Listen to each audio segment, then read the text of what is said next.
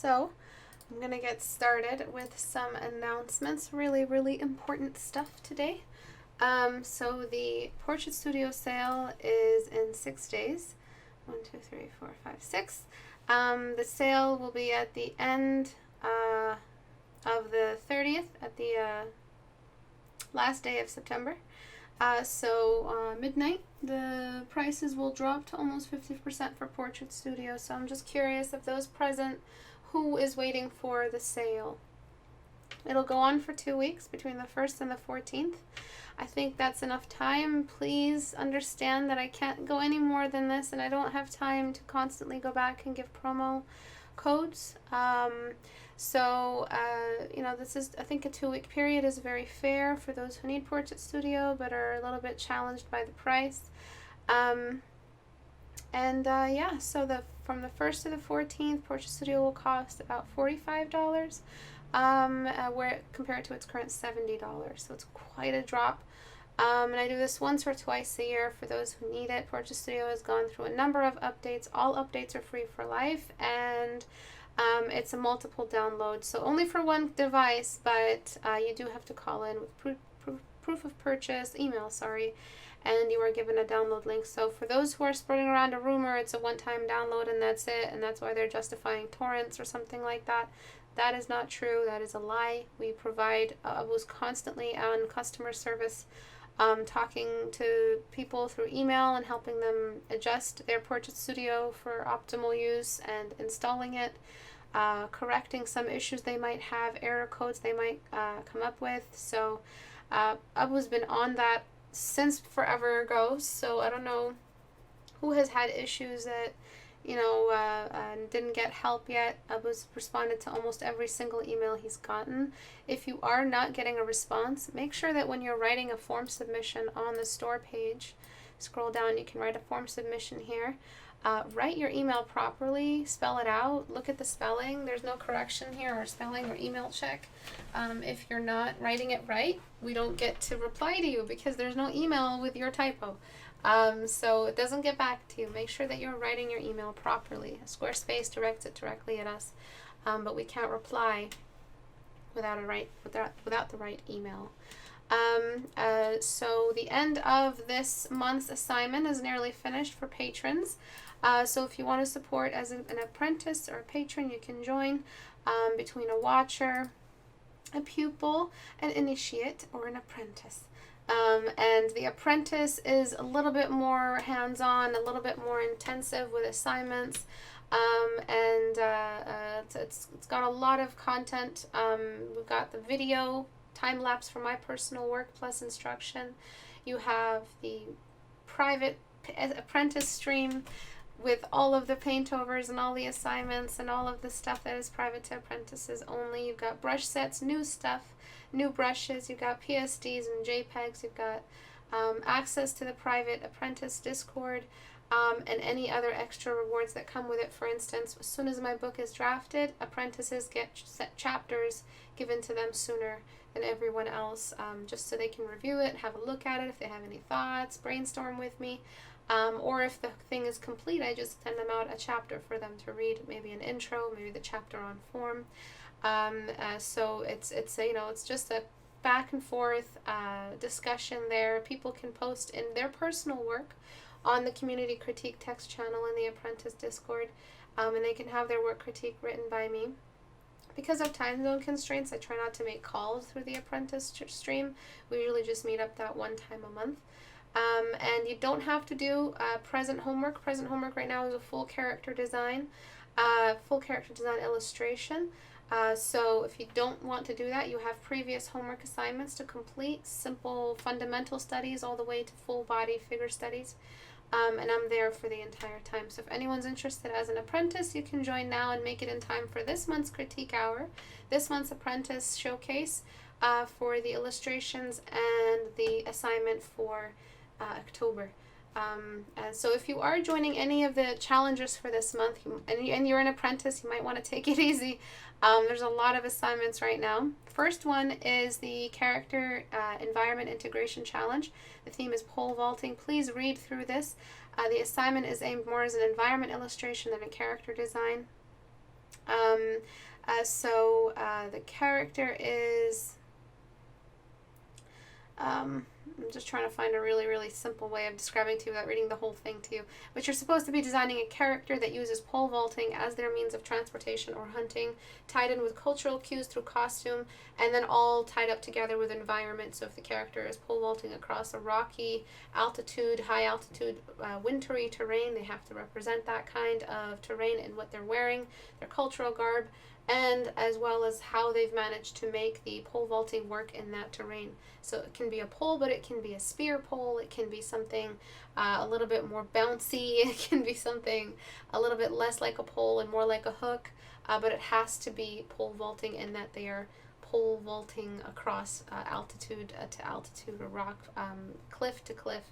And then another environment integration challenge, which I'll post as soon as the start of October, is the Creepy Creature Challenge, which is the creepy creatures designed in their environment or habitat. So you design the creature, you think about their entire biology, their ecosystem that they belong to, the climate they belong to, and then as well dress them up with creepiness. So it can be a creepy little ghoul that changes masks, but it's also something of a crawler or a snake or a lizard, and you have to kind of show off its swamp environment. I would go for something like that. If it's a desert kind of a snake that is the bane of all desert travelers or horsemen, and it hides under the sand, and it is also eats men alive, and is very creepy, Halloweeny, then you have to kind of show off how it's hiding under the sand, also a little bit camouflaged with a bit of a kind of exaggerated, almost uncanny shape to the eyes, something like that, something a bit more completely blacked out eyes, or scary patterns like skull patterns on the snake scales. Then there's something like a sky or flying creature that is more poisonous or gaseous or something like that, so it lives in a really volcanic cliff or the interior of a volcano, and it hunts by night, it's completely blind, and it has 17 teeth. And 7 lungs. I mean 7 tongues and 700 teeth. I don't know. I'm trying to come up with like really creepy shit. So that's the kind of stuff I'm looking for. I'm looking for really interesting cinematic kind of framing for the creatures. If you don't know how that happens, watch a movie with creepy creatures in it. A really great one with the way they introduce the creatures anyway is How to Train Your Dragon. I think they had some great frames in there, and the creepy dragons and the way they kind of walked around the smoke.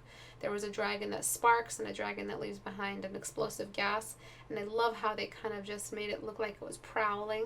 The double-headed dragon, and then there are just other ones I can't think at the top of my head, but there are just so many character designs that are, a little bit more animated, and then there's the really scary stuff like realistic stuff like Jurassic Park, and how they've managed to frame stuff, how the creature is a low camera angle if it's a big creature, and how it's more of the, kind of tight, claustrophobic environment if it's like a snake or a bug or something like that. You can go for insects, you can go for insect hybrids.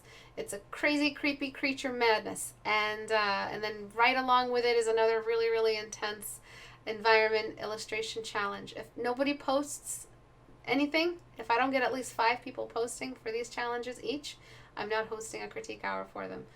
There's also winners. Winners get Portrait Studio for free, get brush sets for free, get sessions with me for free. I might handpick the winner for the Environment Integration Challenge for the pole vaulting, but it might be a community poll for the creature design. So lots of stuff happening at the end of the year. The most important thing is the Portrait Studio sale. For anyone who's interested in having it, please look out for the sale starting at the end of September, moving on into October for 14 days. So let's get started with today, which is the theme. And I just want to take a moment to say that when I'm not doing critique hours in public and I'm just like ghosting through my life, I literally feel like I have no role in my life. I want to say that I really love being here and I love teaching you guys. And when I'm not in this session, when it's not those 2 hours I spend with you guys, which something I've always done. I did it when I didn't have a penny in my pocket, and I'm still doing it now. I did it when I wasn't as free as I am today. I've always been teaching you guys Tuesdays and Thursdays, and for the last couple months I've had the most horrible, horrible experience dealing with people, changes in my life. But it was always back to Tuesdays and Thursdays, and I just feel so stabilized. I feel so at peace when I do these sessions, and it always is like a stab in my gut when I don't make it to these sessions. And I feel like I have also been a little bit lost mentally during these sessions, and that's because for my back problem, I've been taking something called CBD, and that stuff fucks with your brain so badly. It's not a high. You don't get high. It's just the beneficial inflammation kind of fixer-upper in the oil and the compound. But it makes you very foggy. It makes your memory very foggy. It kind of makes it difficult to speak a sentence and know where it's going or where you intended for it to go. I kind of was very forgetful. I wasn't recording memories across the summer, which is kind of a good thing because it was like the most horrible summer of my life. But I just want to say I love being here. I thank my mods. I thank you guys for being here. I love doing this live because I feel like I am talking to you guys and I can get your live responses back instead of just doing an offline recording, which is so stale and boring and sad. So let's get on with it. Today's theme is creepy cute. Okay, so what we're looking at is a creepy cute girl. All right, get over the mushy stuff. Everybody slap yourself in the face and man up. Let's do the session because you've got some scary shit coming up. All right, there it is. Old lady eyebrows. Old lady eyebrows. Why are they a problem? Well, it's not the age that's the problem because old ladies are just a beautiful thing. The problem is that when you guys are drawing your eyebrows, you kind of just do whatever you want with the shape. You think you can just do whatever you want. Well, whenever you do whenever you want, and on top of anything else that you have been exposed to and are predisposed to, you end up making something that just looks sickly, kind of creepy. You don't really know where you're going with the cuteness. You kind of, and I'll point to the exact issues. You're kind of making it pretty just for the sake of pretty. You've copied a couple artists. You've oversized the eyes, shrunken the nose to the complete no-function nose. It just looks like a really bad Instagram filter, not Instagram filter, like Snapchat filter. And even those are tamed compared to the proportions you have here, starting with those eyebrows. So, how do you fix creepy cute? Well, creepy cute is when you have this attempt at realism, but you have patches of shadow that shouldn't be there, that don't belong there, on top of cute proportions. So you're having this high contrast pigmentation patchiness in the skin. You have a really, really bad just general distribution of contrast all around, and the changes in the values are not gradual. They don't represent a solid geometric anatomy to them. They don't really feel sound structurally. They don't respond to a light source. So to fix all that, we're starting off with the old lady brows. Old lady brows are when you have nothing left of the brow except for the bushiest part. Okay, so you lose hair as you get older. And what you've drawn here is a set of eyebrows that are really, really dreamy, also really high inner corners here. Her mouth is kind of open, so she feels like she's blowing out some vape. And she's kind of really, really just, what's the term when someone's faded? Yeah, she looks a little faded.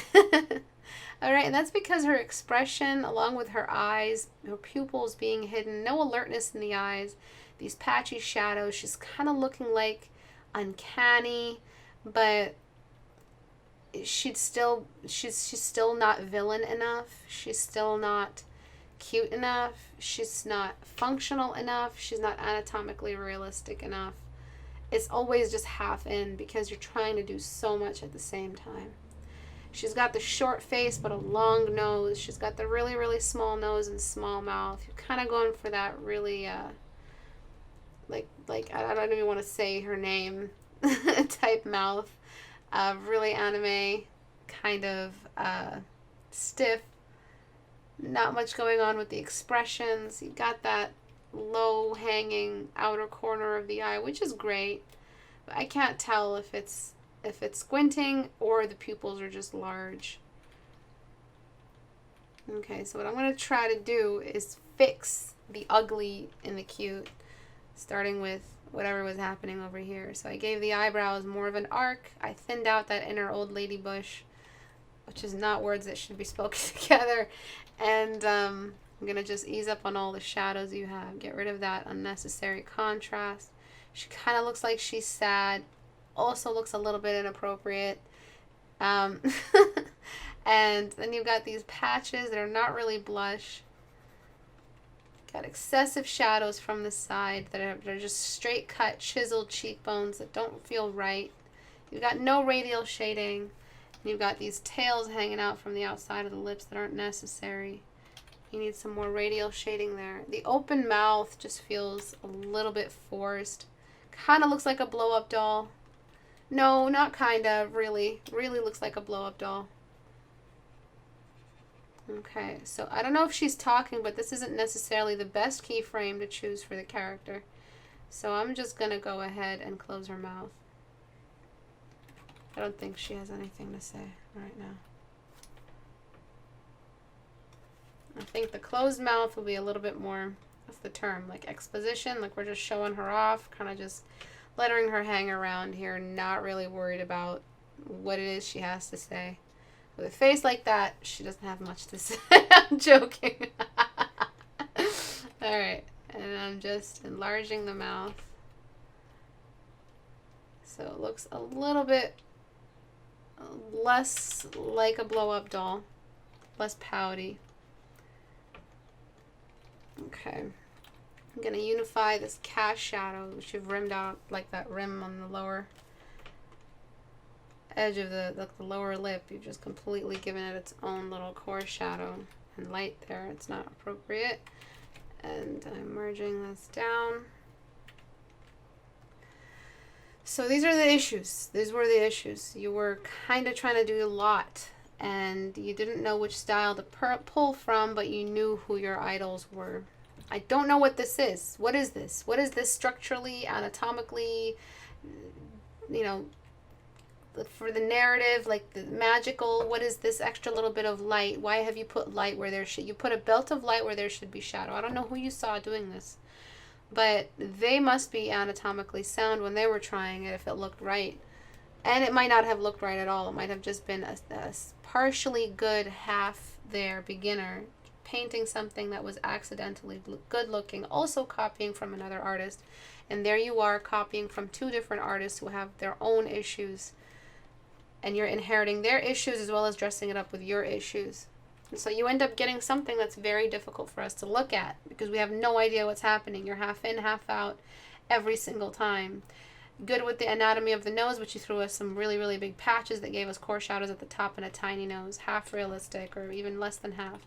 Gave us a tiny little blow-up mouth and tails on the either end. Was it cartoony or was it realistic? Because we don't need those tails if it's cartoony. If it's not cartoony, if it's realistic. Those two tails at the end of the mouth. We don't need those. We're not drawing Betty Poop. Whatever the heck her name is. Alright, you gave us these big chiseled cheekbones. Were you drawing a guy? No? Then you don't need them. Alright. Then you threw off the light spot. The cheeks, the nose, everything is a light spot. Yes, she may have some pigmentation and some blush, but that's all you need. You gave us big patches where there just should be light. And unless she has eczema or that rosacea or whatever the hell, how you pronounce it, you don't need that. If you wanted freckles, you can try the freckles later. You also have no warmth in any of the illuminations you have on the face. You may be going for something purple, but you still need these really, really warm patches of light running across the face. Just because she's cute doesn't mean her nose is non-existent. Write that back to me, alright? That's how you get scary cute. You don't have the inner corners of the eyes. None of the contrast of the pupils were there. And it's not like I don't like drawing cute characters. I learned everything that I know drawing cute characters. It's all I drew. I lived in a Puritan household. I wasn't allowed to draw guys. All I did was draw cute little character girls, and that was it. And I regret it to this day. I wish I learned how to draw mechs and muscly, sexy men, but all I was allowed to do was draw cute girls. So I know how to draw cute little adorable fairies and princesses. And this is how you do it. You take it easy a little bit with your exaggerated tones because it really doesn't take a lot to make a character look cute. You just need to enlarge the eyes a little bit. But what you have here is these extremely enlarged eyes, tiny little mouth, no radial shading, no form structure. I don't care how many sparkles you throw in here and how many anime artists you copy.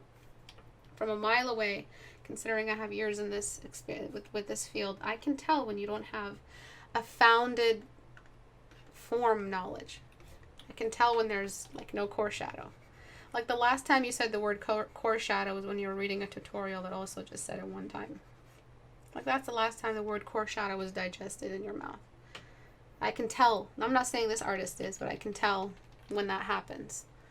Because when there is a big chiseled shadow running across the face that's supposed to be cute, this artist has no idea of what the base shape is for the structure of the face.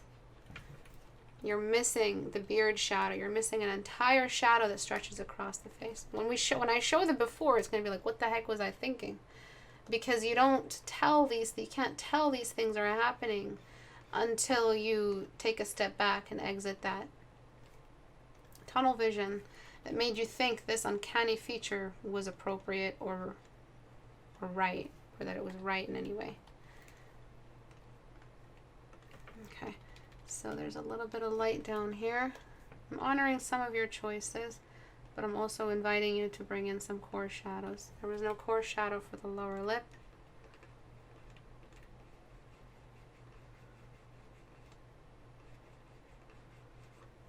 Okay, there were no real core shadows for the nostrils. The eyes are still extremely symbolic. No light on the upper eyelid. I'm not sure why you guys like painting makeup so much. An eye with less makeup on it is an eye with more upper eyelid space, which means you get more information because you get more gray tones. Gray tones are content. Stop over flooding the eye with dark eyeshadow or eyeliner. You need some of those gray areas to reveal the anatomy of the eye. Nothing is wrong with adding a little bit of a value drop around the eyes. It's a healthy amount. It's an eye socket. It's a recessed area for an extended period of time before the cheeks start. And then I'm just going to refocus your contrast with a simple sketching brush to bring in the outline of the lashes here. This pink tone is what I'm using for the inner waterline. And then again, with this overtly done darks of the eyes, the whites of the eyes are just really dark. She starts to look like she is faded. She looks pretty faded, I gotta say. The more whites, the more familiar. Stop getting rid of all the whites in the eyes because you're just making her look like a monster. So in anime and cartoons, whenever you have a creature that is represented as possessed, usually the whites of their eyes are hidden, like the way they did vampires in Buffy the Vampire Slayer, or the way they did vampires in Blade Runner. Not Blade Runner, sorry, Blade. Right? Blade? Sorry, my bad. You know, the way the vampires get a full black eye. Or just the way creatures or demons are represented. But in this demon culture, I guess, people understand it as cute or attractive, and anime kind of made it popularized. People really like the demon. But if you're going to draw a princess, healer-looking girl, and you're hiding the whites of her eyes, look at how much cuter she looks with the white of her eyes visible. You lost nothing. You only gained. And where did we learn all of this? With our studies. It's not hard drawing a cute little hybrid anime crapola drawing. It's not hard. What's hard is when you make it look just undeniably realistic enough that the character is just so intriguing to look at, the audience can't look away. That's when you have a hybrid, when you have the appeal of anime in its proportions alone, and the realism and form and all of that other wonderful stuff that comes from realism. Realism isn't a bad thing. Realism is probably why you like a lot of the anime artists that you like, because of their ability to capture realism. It's not a taboo for any anime artists out there who think studying realism is a waste of time. You're wrong. Right, I'm going to cool down some of these shadows, and I'm going to fix that hairline. Her hairline was aging. It's all the way up there. That needs to come down. Okay.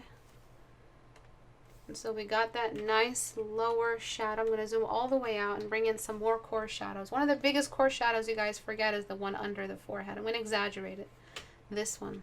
This one's really important. The head of a female is domed. And so it needs to be represented. And the forehead needs to climb out of that dome. And then the radial drop of the rest of the face. Look at that neck. That is a Vegeta transformation. First time Vegeta turned into Super Saiyan alone on that planet or wherever the hell he went to do that. That's what Vegeta's neck looked like. Right, take it easy. A female neck looks a little bit more slim, less muscle structure. Get that smudge brush and enlarge it. All right? I really don't think she's transforming into a Super Saiyan right now. Then there's the cast shadow of the neck. Way, way too dark.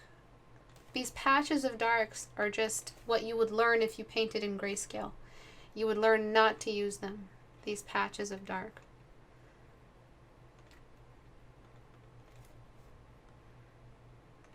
Okay, look how much more adorable she looks, how much more easy on the eyes. Really pretty. And everything just seems to be falling in place. Alright, why? Because of realism. You can credit realism. Not me. Realism. By realism, I mean, better awareness of realistic, organic patterns of beauty. Better understanding of how shadows darken in a light environment against a mid-tone. Better awareness of where patches of highlights do happen on a face. Awareness of expression and when you are, accidentally doing an expression, because a lot of anime expressions do not transfer over into realism at all. I know this is the popular thing to draw, and if I wanted to, I'd be drawing these cutesy little fuckers all day, but it's not where skill lies. Skill lies in your ability to capture just the most, in my opinion, the most subtle changes of value, finding a core shadow where you would never have seen one before. Really capturing a core shadow, those elusive ones that hide. That's where I kind of value my skill level. That's where I spend my time. Grayscale studies, and you never finish studying. Studying's never finished. There's always something else to learn. Okay, so let's compare where you were before. She does look a little bit sickly, so I might want to just exaggerate the colors. Let me see what temperature I want to pull from. I don't know, cooler is better, I think. And then some dark spots are necessary. Lip is nice and big. Big enough to be a realistic character. Not this kind of really unrealistic open mouth or whatever we had before. Alright. So if you've ever wondered what makes cute look creepy, it's when you don't have an idea of what it is that's making cute function. And then you're bringing in your predispositions, which is the last thing you studied, or the eyebrows you have, or whatever it is that might be influencing you to make the choices that you make, are all getting in the way of our read of this character. If you're in this field, if you like drawing cute little pinups like this, pinup doesn't mean corset and boobs, pinup just means like a splash. If you like this kind of thing, then you might want to spend some time practicing in grayscale. A 14-day challenge, but for a cute face. I don't know why you've added so much attention to the ears. They're leading the eyes outside of the canvas. The ears shouldn't be that important unless all her magic poops out of her ears. I'm going to bring in her skin tone and just illuminate the tops of the ears a little bit. Get them out of the way. And I'm going to darken the upper half of the canvas. No need for us to carry the eyes away from the canvas. Lower half as well. Maybe that's too dark. My brush was too big. Lower half, and then there is the issue with the hair. The hair doesn't really have a highlight pattern on it. I'm going to leave that to you to figure out. No, I'm not. I'm going to do it myself because it's fun. Okay, so color dodge. Just finding where the hair patterns. Okay. A little bit more brightness.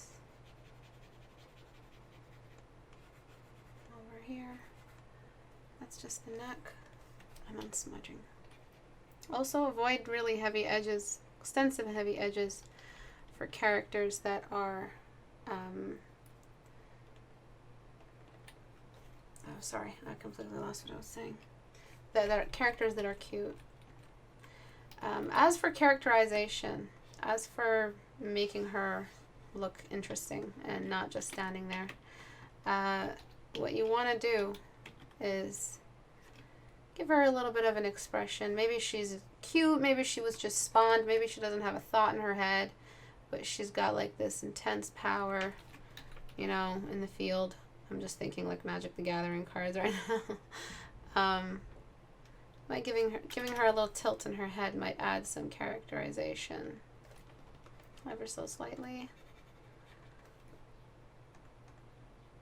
And so this, I'm going to just show you the difference in the characterization before and after. And then a bit of a smile.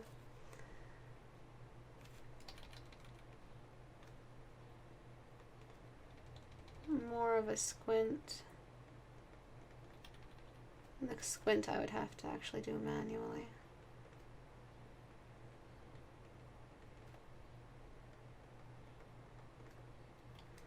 And inner eyebrows getting raised for that innocence.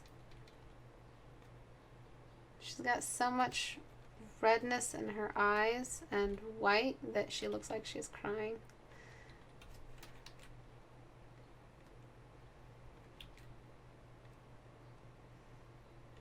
No, she just has a bit of mercy on her face now. Something like that compared to before. She's like, what? So she's smiling, and I say Netflix is doing Avatar. That's good. That's good. What's another good one? Oh, I'm a happy artist. Do a 14-day challenge. I'll stop. Okay, so you know, something like that. I don't really know. You know, it could just be anything else that you want to do. It really just depends on the story. You can't add characterization without a story. But I'm gonna leave it right over here, and then we'll do a before and after. Everybody ready? Let me look at the comments first. There is no light behind her, so there wouldn't be any subsurface scattering, or else the area behind her would be all light.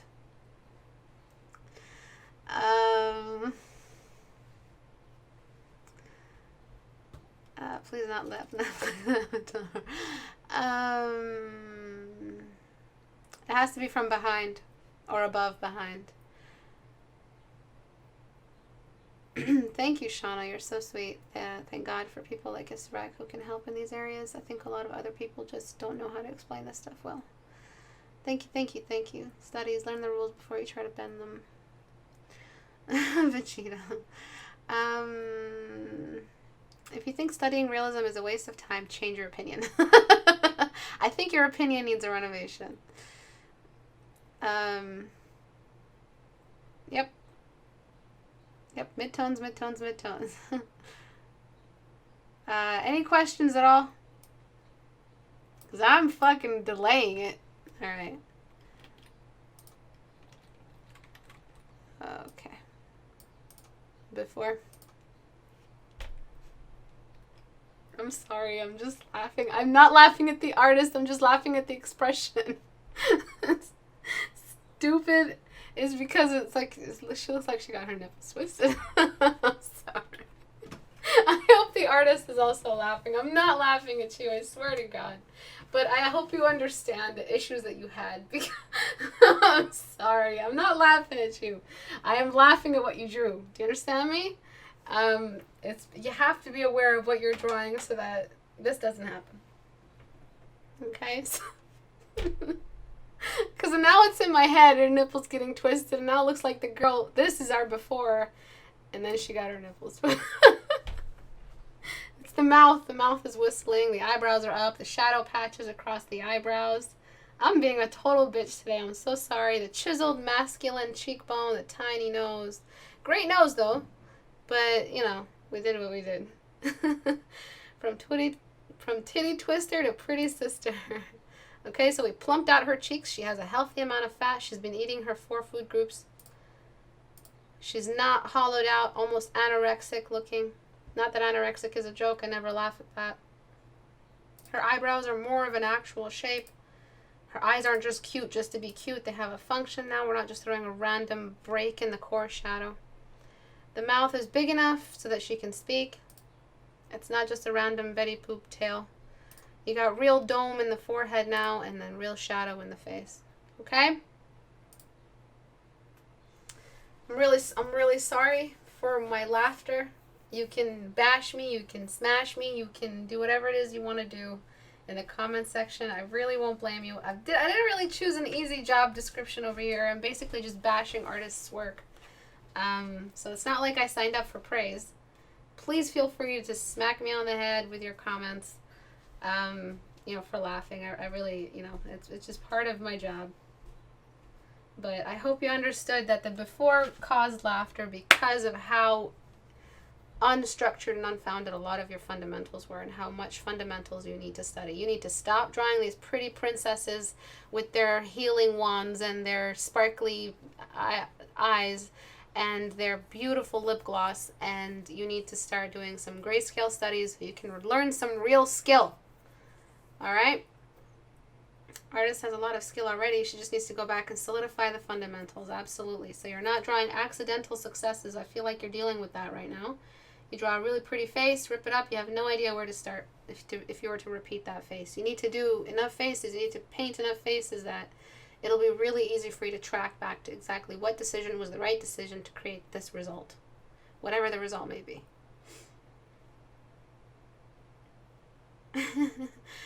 Babbity boobity scoop. Scoop. When this first came up, I thought that's pretty good minus some face lighting issues, but I'm blown away by the difference now. Yep. Slap me, do whatever you want to do.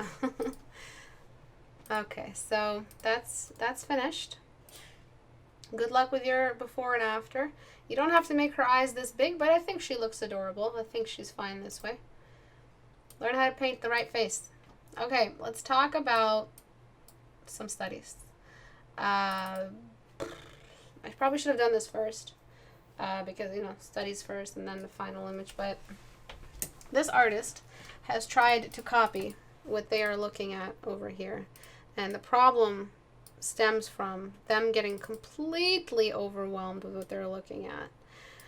So what I'm going to do is I'm going to take this fella. Okay. And I'm going to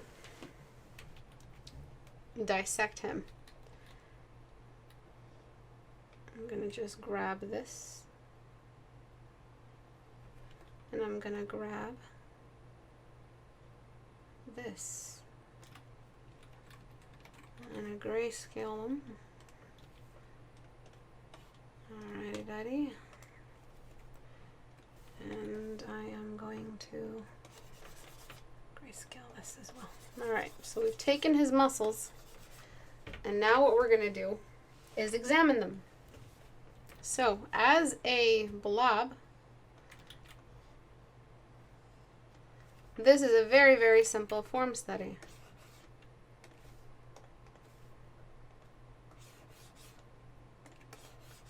Okay. Very, very simple.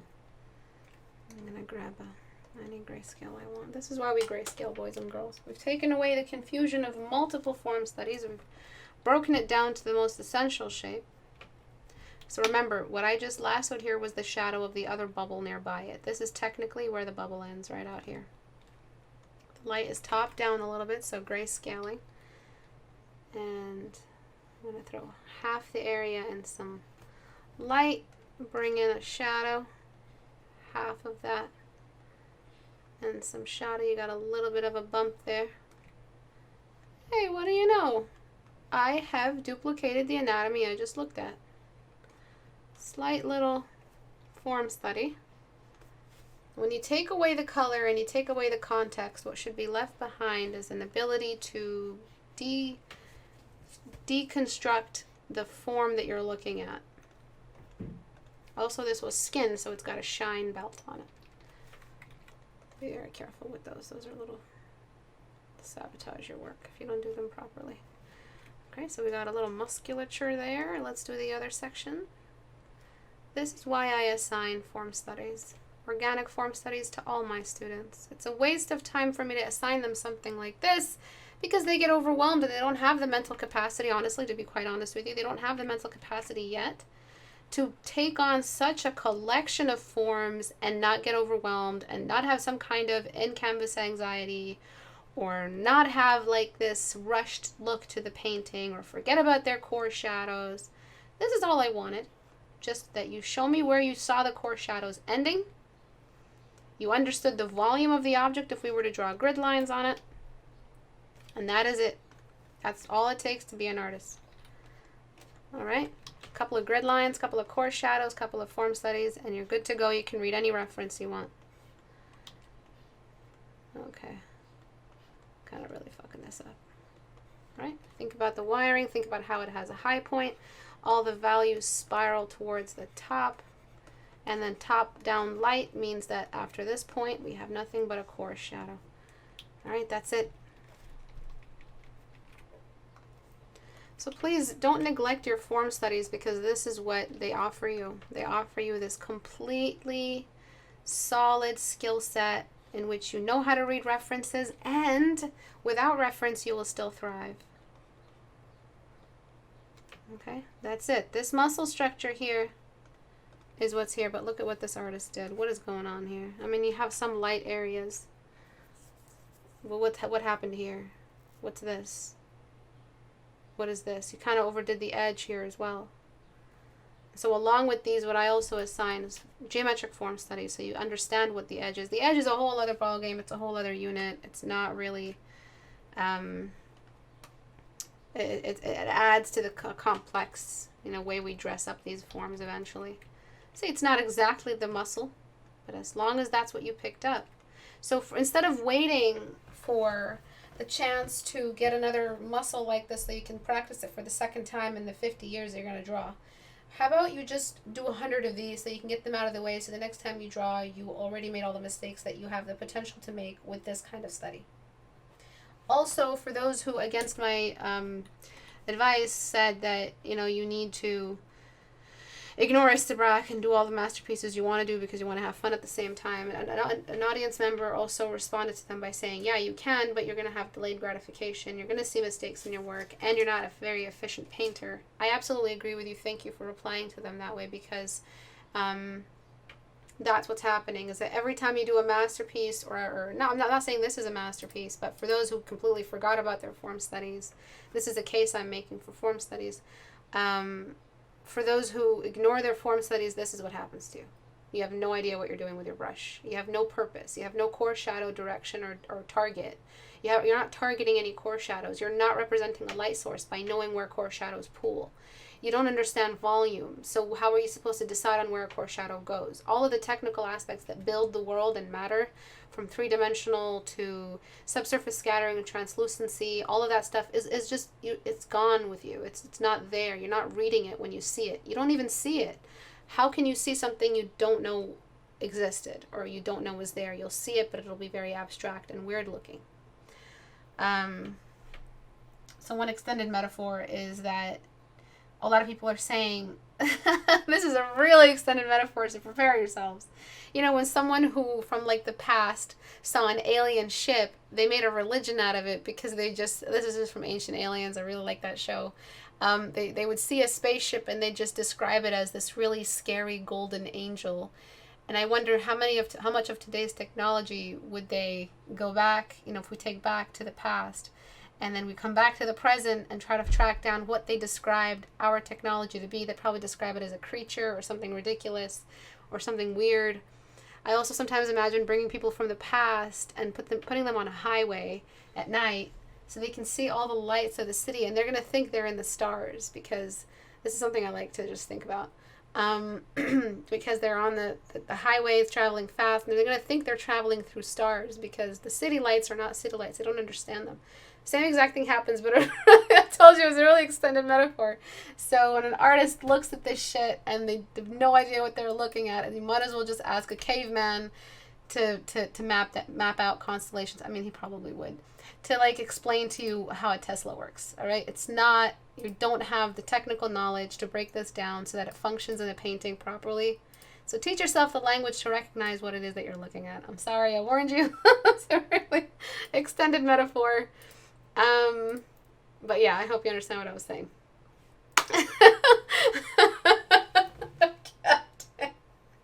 Oh God. You're lost. I don't blame you. I really don't blame you. I probably don't. I'm not expecting any of you to understand what I just said. Please learn your form studies. I was taking a shot in the dark with that extended metaphor. Okay. So that's it for today. I was going to look at these pieces, but I kind of don't want to keep pushing the theme even further. I want to just keep it focused on core shadows and basics and fundamentals. So lots of issues, layered issues. The biggest issue is that your face structure was completely off for a head. You don't know how to render a head. Like if I asked you just render a head for me, you probably would give me random values that you hope look good together. You don't understand eye function. You're kind of studying style at the same time as realism. You have no business even daydreaming about style. Right? I mean, sorry, you can daydream about style, but you have no business pursuing it because you don't have the language to read it when it happens. And then you had anatomy issues, which you need to, get some reference work in for. So find a cute girl or find a cute face, cute child face, Google it, and then render that. Look at the way fat stores in a 5-year-old compared to a 20-year-old. How do you make her look older? She can't just look like this forever. So what age are you going for? Reference that and build a good awareness of your expressions. What are you doing with the eyebrows? Don't you have any idea how much expression power is in the eyebrows alone? That takes a couple of expression studies. Watch some of my videos on expressions. I talk about that all the time. So tons of fundamental talk. And then just what core shadows offer you versus how it looks like when you don't have a form study background behind you. This artist, you need to stop. You need to start rendering some blobs, some geometric polygons in space. Choose a light source. Teach yourself the habit of asking the question, where is the light source? Where is my light source? Okay, teach yourself that habit. Any questions at all? Metaphors are meant to be shorter ways to explain ideas. Not in this class. Not in my class. In my class, things are the opposite. ISTA is all about fragmenting the learning process. Absolutely.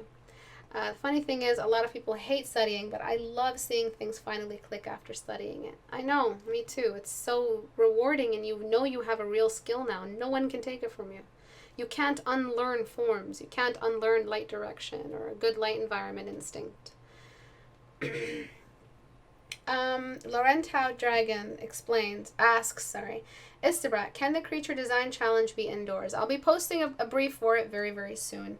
If it's indoors, then I'm thinking that it is, because this is a creature design, so the point is that I'm helping your portfolio. If you want to design interior architectural design, interior spaces, go for it. But I want to see a story. If it's indoors, he probably escaped from a lab. If he escaped from a lab, he's crawling around in a hospital or a lab, and he's leaving behind a trail of mucus. If it's a leech that has been, advanced, he probably has a little arms and legs grown out of it. Anything creepy, anything Halloween-y to, cast the mood over the drawing illustration. So it can be interior as long as you're telling a story. All right? Because if that's its habitat, if that's where it grew, if that's where it spawned, then I understand that. It means you have to throw in some good explanations for how it got away, why it got away, what happened after it got away, has it killed people, is there a pair of legs sticking out from a corner in the distance of a guard, are there some body parts of doctors hanging around, I don't know, whatever you want to do so that we can talk about interior spaces and then continue the discussion for the creature design. But I would much rather you guys do an open, exterior kind of like environment, or like a actual natural environment. So that you're talking about open space light, nighttime, bioluminescence, all that good stuff. I don't offer the Discord link for any of my Discords publicly at the moment. I'm feeling like everyone needs to take a step back from time to time and just do form studies. You can do them with your brain turned off. You don't have to rack your brain to figure it out. If you want to do a form study, it's just a still life, but without the subject. You can do a still life if you want to, if you feel like you need some referencing to get you started on form studies, and then try to freestyle them in open space with a specific light direction. Okay, so just to remind you guys that if you don't want to buy Portrait Studio, if you don't want to wait for the sale, I'm not sure why you wouldn't want to wait, but for the last 2 months I've had Portrait Studio on sale at 10% off if you use Save 10 to buy Portrait Studio. I will be uploading a lot of stuff for Portrait Studio very, very soon. A lot of you have wondered how I do my hand sketches, those sketches of those angry girls. Well, I'll be doing one using Portrait Studio as a reference and uploading a little tutorial for how I do it, how to Google images for reference, how to use the mannequin tool. I have a video in the works right now for that. So if you don't know what Portrait Studio is, those videos are coming. Also, in the couple last videos I've uploaded, Abu uploaded a tutorial on how to use Portrait Studio if you're wondering how it works. He made a really beautiful scene for an illustration. Portrait Studio is a referencing engine if you just don't know what it is right now. For those who are waiting for the sale, it'll be up on the 30th midnight, and it's going to be almost 50% off, so you might as well just wait another week, and it'll be up this weekend, midnight Sunday. Thank you everyone for coming today. Thank you for giving me an opportunity to teach you. You guys ground me. I really don't know what I'm doing if I'm not teaching you guys. I wish I could fit more public classes in my week, but because I train privately, I also just need time to myself, to my own art, to hike, do all the stuff that I love doing. I will see you guys on Thursday the 27th at 5 p.m. Eastern Time. Bye, everyone.